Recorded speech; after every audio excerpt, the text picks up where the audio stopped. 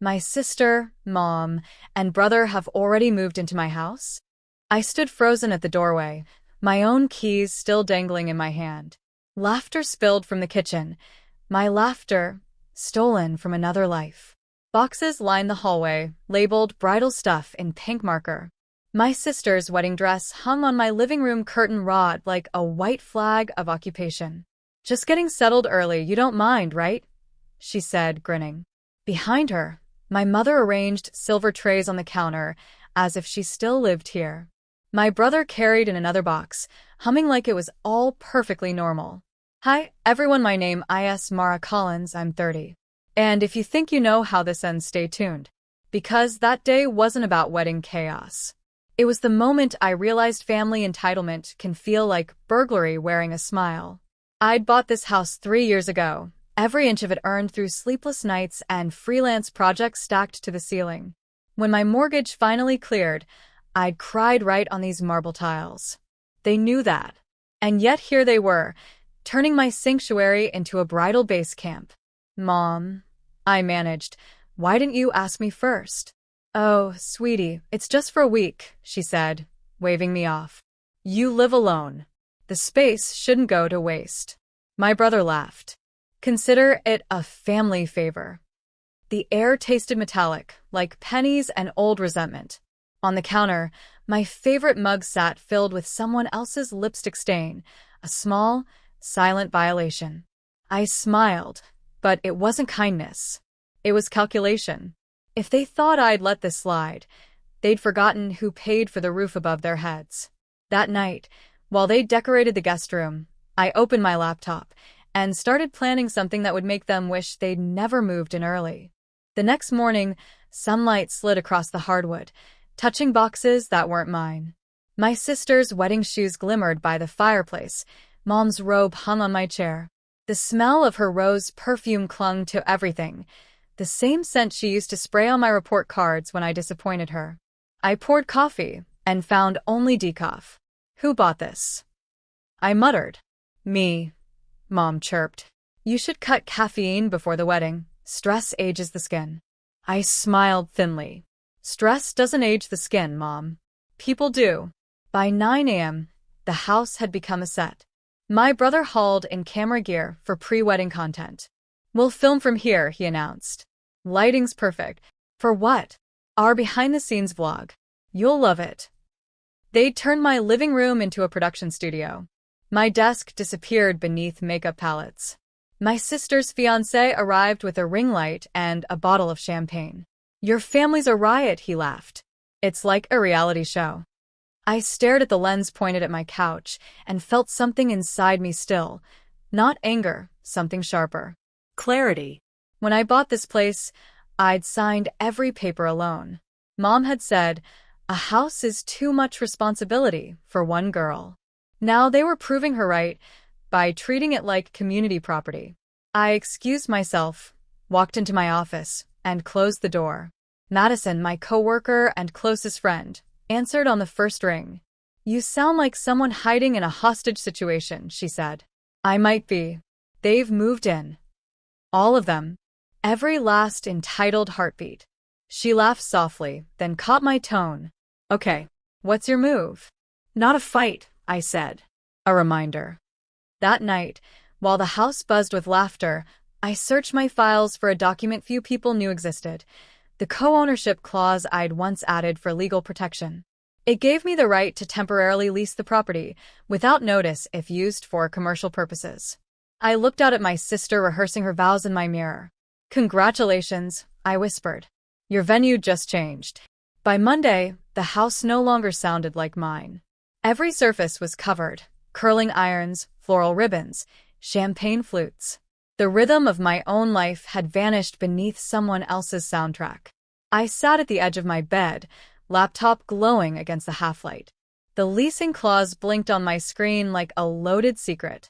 Owner retains full right to convert property for temporary corporate lease in case of unauthorized business activity. Filming a wedding vlog counted. They'd filmed 6 videos already. I drafted an email to a local production company, Golden Gate Film Rentals, the same firm that once asked to rent my house for a week-long shoot. They'd offered $15,000. At the time, I said no. Tonight, I typed, available immediately. When I hit send, I felt my pulse steady. It wasn't revenge. It was reclamation. Downstairs, Mom was on speakerphone bragging about the pre-wedding mansion. My sister practiced her vows in front of my mirror again, altering words she didn't understand. Love, respect, forever. My brother debated lighting angles. I walked past them unnoticed, an extra in my own home. But in my head, the countdown had started. By evening, a reply arrived, confirming shoot schedule Wednesday to Saturday. Crew of 10. Contract attached. I printed it quietly. At dinner, my sister passed me a salad bowl. You're quiet, Mara. Just thinking, I said. About space. Space? We'll be out soon. Mom laughed. After the wedding. Sure, I murmured. After the wedding. That night, I hid the signed lease behind the framed photo of my graduation, the one where none of them showed up. The irony almost made me laugh. Madison texted, "You really did it?" "Yes." "You're evil." "No," I typed back, "I'm organized." When I returned to the kitchen, the champagne bottle was open again. My sister giggled, spilling bubbles on my rug. "Relax," she said. "It's just stuff." "Exactly," I whispered, picking up her glass. "And soon, it'll all be someone else's." Outside, the fog thickened around the house like a secret keeping itself. By morning, my plan would already be moving. The knock came at 8 a.m., sharp, confident, professional. My sister shuffled to the door in her satin robe, yawning. Who orders delivery this early? When she opened it, 6 strangers in black Golden Gate film rentals shirts rolled in equipment cases. "Morning. Here for the week-long shoot," the man said cheerfully. "We were told to start setup right away." My sister blinked. "Shoot? What shoot?" The man checked his clipboard. "Commercial lease agreement signed by Mara Collins." He smiled at me. "You must be Miss Collins." "I am," I said, sipping my coffee. "Kitchen lighting's great around noon. Try not to scratch the floors." For 3 full seconds, no one breathed. Then chaos. Mom's voice cracked. "Mara, what is this?" "Work," I said calmly. "A film crew's renting the house. You'll have to relocate for safety reasons." My brother laughed nervously. "You can't just." "Actually," I said, pulling out the document. "I can. Unauthorized commercial use voids residential occupancy." "Read the fine print." Their expressions fell in slow motion, disbelief, anger, embarrassment. The lead producer whistled softly. "So, do we clear them out first?" "Please," I said. While the crew began unloading cameras and softboxes, my sister paced, mascara smudged. "Mara, my wedding is in 5 days." "I know," I said gently. "Plenty of hotels nearby. I can help you find one." "You're punishing us." "No," I replied. "I'm invoicing reality. Mom tried to appeal one last time. We're family." I met her eyes. Family doesn't need permission to respect boundaries. Within the hour, their cars lined the curb, trunks stuffed with dresses and floral boxes. My brother muttered something about betrayal as he slammed the door. I simply waved from the porch. Inside, the film crew transformed my stolen piece into a set, but it was mine again. Every light they raised felt like sunlight coming through after a long eclipse. When the last cable uncoiled, the producer handed me the deposit check. "Appreciate the quick turnaround, Miss Collins. You saved our shoot." I smiled. "You have no idea." Outside, I watched my family's SUVs disappear into the fog. For the first time all week, the house exhaled. By noon the next day, my phone was a storm. Missed calls, Mom, 9. Sister, 7. Unknown number, 3. Probably her fiancé. I let them buzz until the noise became white. The film crew worked like clockwork, cables snaking across the hall, the scent of coffee and sawdust grounding me. For the first time in years, the house felt alive in a way that didn't drain me. At 2 p.m., Mom arrived anyway. She didn't ring, just walked in, as if the locks still recognized her. A production light blinded her. "What is this circus?" she hissed. "A legal lease," I said. "You voided our agreement when you turned my house into a reality show." Her voice rose over the hum of equipment. "You're humiliating us before your grandfather's friends, before the wedding." I shrugged. "Then maybe cancel the pre-wedding tour of my bedroom." The crew tried not to stare. I kept my tone even. The calm always unsettled her more than shouting. She leaned closer, whisper hissing, "We raised you better than this." I met her eyes. "No, you raised me quiet. There's a difference." Outside, my sister was waiting in the driveway, sunglasses hiding swollen eyes. "Mom said you lost your mind." "I found my boundaries," I said. "You're ruining my week." "Correction. You ruined mine first." She stepped closer. "When this goes viral, people will hate you." I smiled faintly. Let them. Hatred still counts as engagement. That night, I scrolled through their new posts, captions twisting the story. My jealous sister kicked us out. The comments split down the middle, sympathy and suspicion. I didn't respond. Silence was trending better. Madison called. "They're weaponizing pity." "You okay?" "I'm fine," I said. "They're just writing Act 2 for me." I glanced at the deposit check on my desk and the film crew's schedule taped to the fridge. Wednesday to Saturday, 4 days of footage, sound, and controlled chaos. And on Sunday, my sister's wedding day, the house would finally, beautifully, be empty. By Friday, the film crew packed their last camera and left the house echoing clean. The air smelled of fresh paint and quiet, no perfume, no laughter that wasn't mine. For the first time in weeks, I could hear the hum of my own thoughts. I poured coffee into my favorite mug, the one my sister's lipstick had stained, and watched the sunrise spill over the bay. The wedding was tomorrow. My phone buzzed with a message from her. "We need to talk." 911. I almost ignored it. But curiosity is a dangerous thing. When I arrived at the rented villa, the tension hit like humidity. Mom stood in the doorway, her voice brittle. "Your little stunt cost us thousands, Mara." My sister paced behind her, veil half-pinned. "The videographers we hired canceled. They said your commercial project created a scheduling conflict. Do you even realize what you've done?" I studied them. The mother who'd raised me to stay silent, the sister who treated my effort like oxygen, and for once, I didn't flinch. "I realize you moved into my house without asking," I said. "You filmed without permission, you posted my address online, and you used my things like props. Actions have consequences." Her fiancé appeared, jaw tight. "We'll figure it out. Mara, maybe you can just—" "No," I interrupted, my tone soft but final. "You'll figure it out without me."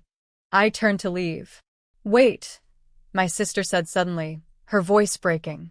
"Will you at least come tomorrow? You're my maid of honor." The irony made me laugh. "I think that position's been filled by entitlement." Her face crumpled, and for a moment, guilt flickered. But it wasn't enough to burn. That evening, I sent an email to the catering manager, the one who'd called to confirm headcount. "Please remove one name from the guest list, Mara Collins." Then I opened a folder on my laptop labeled Trust Ownership. The house was still under my name alone, but now it was paid off, with the lease check and a legal insurance claim my lawyer had helped me file. They took over my home. I took back my peace. Tomorrow their wedding would go on. And so would my quiet revenge. Saturday bloomed too bright. San Francisco sunlight poured across the villa's lawn, scattering over rented chairs, champagne towers, and a floral arch worth more than my first car. I watched from the overlook above, coffee in one hand, silence in the other. I hadn't planned to come near the place, but curiosity is a magnet disguised as self-control. Down below, guests milled like glossy postcards. My mother glided between tables, her voice syrup-sweet. My brother live-streamed everything for their followers. My sister shimmered in lace, a walking sponsorship deal. And then I saw the catering truck pull in. Except it wasn't catering. A white van stamped Golden Gate Film Rentals rolled up the drive. The same crew I'd leased to earlier in the week. They waved when they spotted me on the hill. I waved back once, a silent cue. The lead producer stepped out, clipboard in hand. Here to shoot the wedding commercial, ma'am. Contract says full access. I'd signed the addendum myself. Same clause. Different purpose. Within minutes, cameras circled the garden. Microphones dangled. Guests murmured. Mom's smile froze mid-pose. "What is this?" she whispered. "Documentary project," the producer said. "The story of family, love, and ownership." Ms. Collins approved it. Heads turned. My name floated through the crowd like a spark. I walked down slowly, calm as a sermon. "Relax," I said. "You wanted exposure." My sister's veil quivered. "Mara, stop, please. This is my day." I nodded. Exactly. "And now everyone gets to see who you really are, how your bridal week started." The cameras panned as Mom reached for my arm. "You can't do this." I smiled. "Legally, I can." "You filmed me without consent first." The guests whispered, phones lifting. The perfect facade cracked like glass. My sister turned pale beneath the California sun. I leaned close enough for only her to hear. "You taught me to stay quiet. I learned to stay strategic." Then I turned to the crew.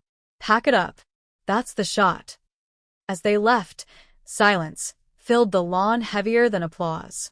My family stood frozen in the wreckage of their own performance. I didn't ruin her wedding. I revealed it. By Sunday morning, the internet had done what it always does, magnified truth through disbelief.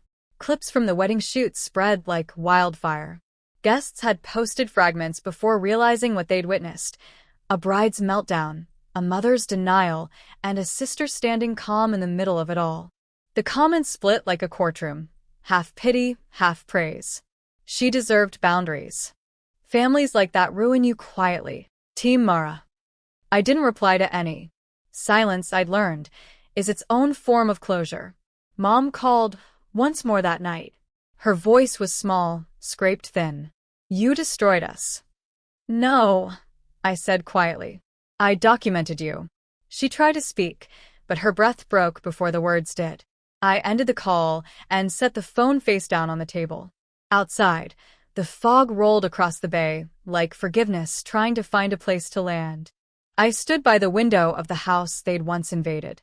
My reflection looked different now, not harder, just real. A message blinked from Madison. "You okay?"